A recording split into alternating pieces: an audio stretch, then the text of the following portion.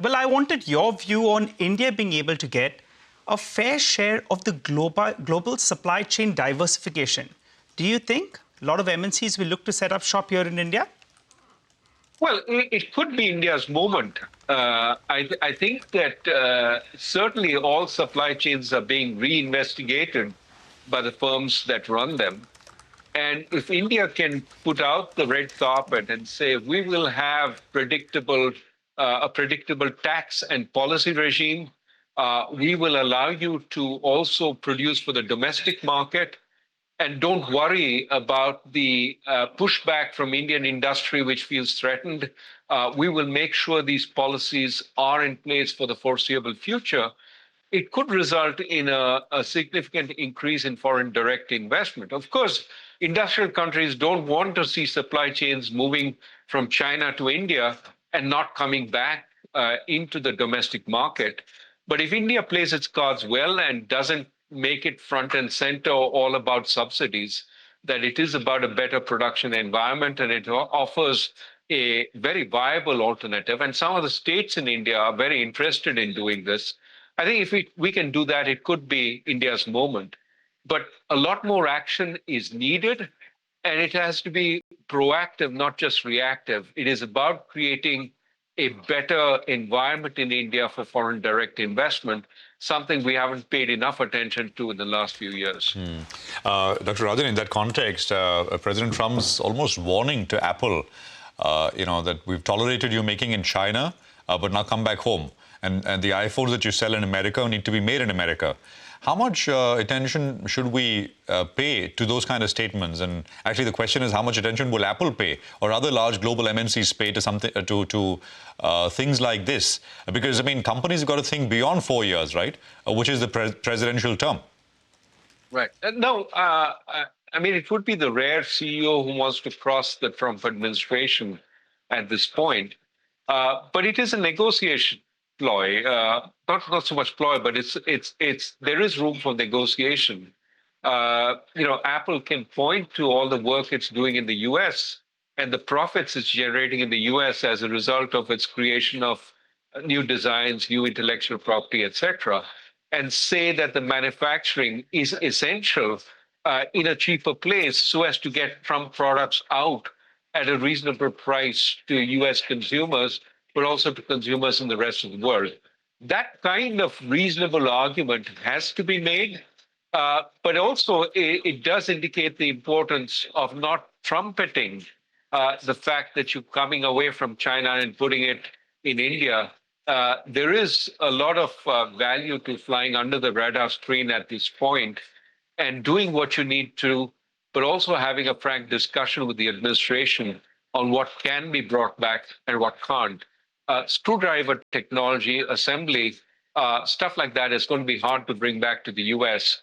But certainly, the Apple can say that there's a lot more R&D going on as a result of its ability to sell its products across the world, and that R&D happens in Cupertino, not elsewhere in the world. I mean, global captive centers here in India has been a huge growth industry with, I think, pretty much all large MNCs here, American and otherwise. Dr. Rajan, let's talk about the trade deals themselves, right? So we've got one with the UK. The US one, I mean, we heard, I think there were some reports saying that over the next 7 to 10 days, we perhaps will get some sort of a framework deal, like an MOU, and then the actual stuff will take more time. What is your sense? I mean, on the India-US deal per se, but more also about these bilateral deals, right? Because these multilateral kind of setups, trading setups are breaking up. It's all sort of one-to-one, country to country. So just wanted your thoughts there. Well, yes, it is unfortunate that we're not really talking about a global mega deal.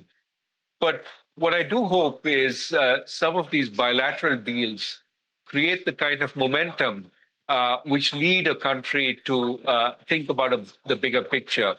It would not be appropriate for India just to do, tariff deals with the U.S.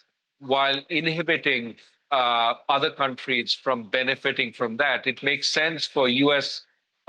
Industry to have the same kinds of rights that, for example, European industry has, which then benefits India because it locates production, it buys for production in the best place possible for India. So, these bilateral deals could get converted into a more multilateral deal, and that would make sense from India's perspective. Now, as you said, these bilateral deals are really, interim arrangements, a statement of principles on where the negotiations are taking place. Actual trade deals take a much longer time to negotiate, while there is an impetus to do it quickly. To dot the I's and cross the T's will take more time. But I do hope that bringing down tariffs with respect to the U.S. gives the impetus for India to bring down tariffs more generally, and thereby reintegrating itself in global supply chains, which it has missed out on. This may be India's moment, and it should use the negotiations to advantage, not simply be driven by the incentive to protect certain segments of Indian industry, but to make Indian industry much more competitive globally and take advantage of this moment in that way. That's a strong point, a point very well made, sir, that this could be India's moment. We should not look at protecting specific pockets of industry. We should look at the bigger picture and seizing the global opportunity here. Got your point completely. So moving now to the general sense of monetary policy and regulation here.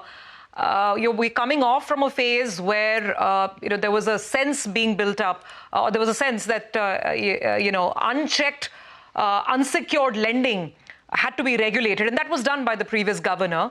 And since then, some of those prudential norms have been eased out, and now there's an expectation building in the market that we will be in the era of ample liquidity and perhaps big rate cuts as well.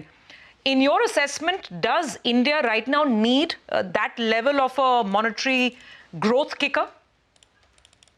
Well, I don't usually comment on Indian monetary policy. I probably know less than I should about it. But let me set it in the global context. Outside the United States, the raising of U.S. tariffs has been a negative demand shock. There's less demand for goods produced by the rest of the world because of the U.S. Tariffs.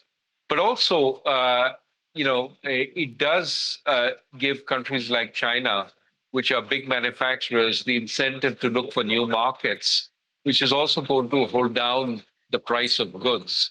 China is going to look to Europe, to India, to other places to send some of the goods that are not going into the US. So all this means that inflation is less of a problem. Of course, there are India-specific reasons why inflation has come down, including the prospect of a good agricultural crop going forward. So for all these reasons, I think countries outside the United States have the ability to ease monetarily, and if that also implies easing on the liquidity front, that's a good thing.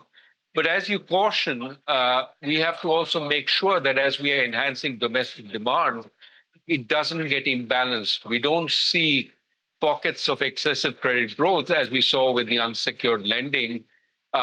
We have to be a little careful as we expand, once again, that credit is reasonably well allocated, which means a continuing role for careful supervision and regulation.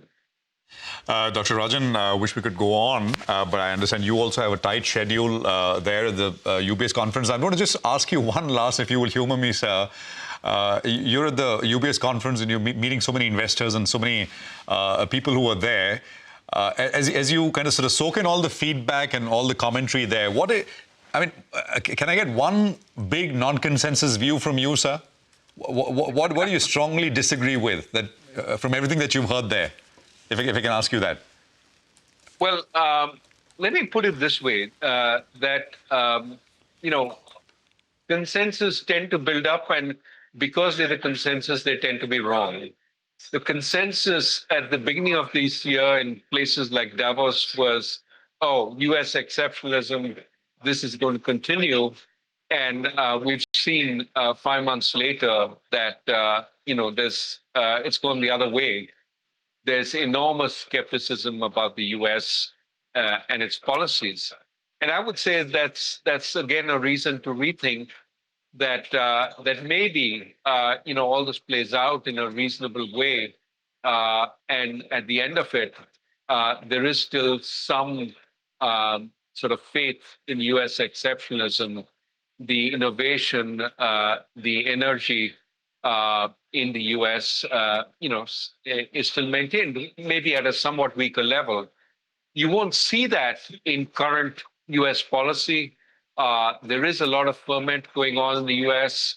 Administration is trying to do one thing. The courts are trying to do something else.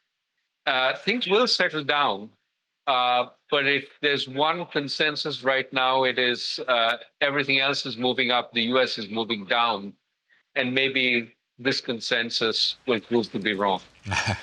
It's lovely. And I think it's something we should pay attention to, and we'll keep the back of our mind when we conduct these interviews, because you're absolutely right. That seems to be the prevalent consensus view at this point in time. Dr. Rajan, we'll leave it at that. Thank you very much for taking out the time and joining us here on CNBC TV 18. It's a pleasure, sir, and hope we can do this again soon. Thank you. Thank you.